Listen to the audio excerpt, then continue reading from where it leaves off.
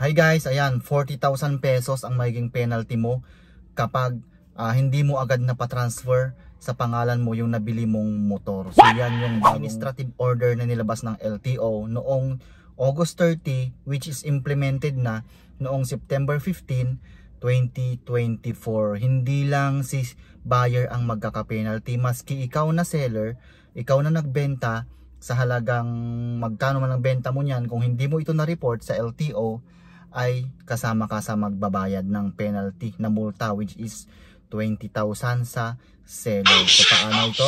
Kapag ikaw ay nagbenta, i-report mo sa LTO na nabenta mo yung motor within 5 days. Kung hindi mo ito nagawa, ay mape-penalty ka ng nasa 20,000 pesos. Mantakin mo, sobrang laki. Okay? Sa pagre-report, ito yung mga kailangan mong i-submit sa LTO. Online lang naman ito, which is i-attach mo lang yung photocopy ng ORCR, deed of sale, nakanotaryo, driver's license ninyo, to valid ID kasama yung driver's license mo at driver's license ni seller, which mayroong 3 specific sign sa gilid. Okay, so ayun yung isa-submit mo, and then kung hindi mo to nagawa ay 20,000 pesos. Okay, so malinaw, kailangan driver's license. Kung walang driver's license, okay lang din naman, basta 2 valid ID, pero i-verify ni LTO yan sa kanilang system kung wala ba talagang driver's license itong mga nagbenta o itong si bumili. Okay, kasi kung meron siyang driver's license, hindi niya dineclare, hindi yun ang ginamit na isinabmit doon sa pagbebenta, hindi niya ito ginamit, ay mape-penalty ka pa rin ng 40,000 pesos kayong dalawa. Okay, pero kung ikaw naman na seller ay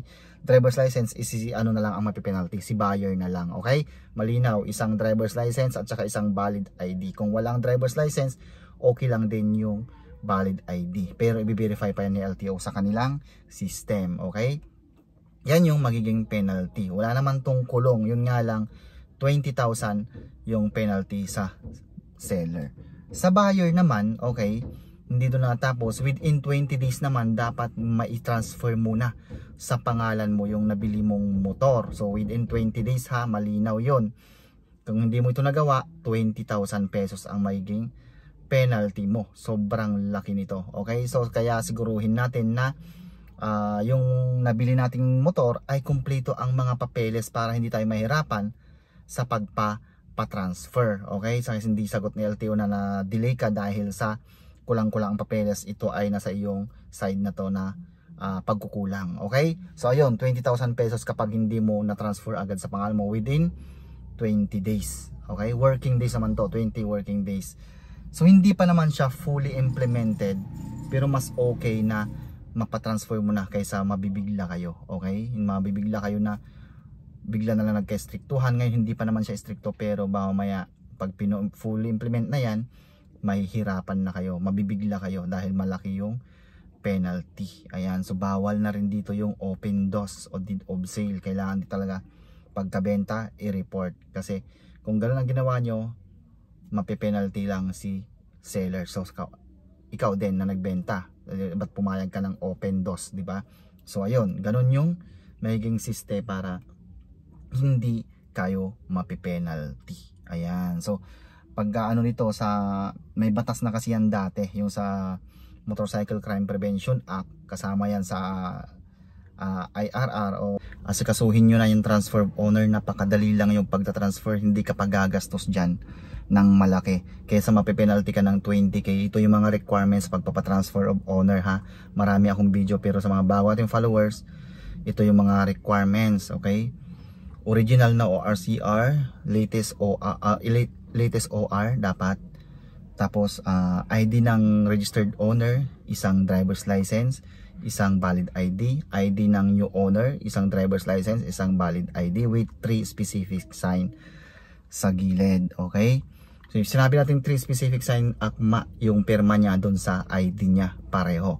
Okay, at saka PNP HPG clearance, kailangan mo yan. Kailangan mo ng confirmation request or certified true copy kapag hindi mo mother file yung pagpapatransferan mo. So yan yung mga requirements.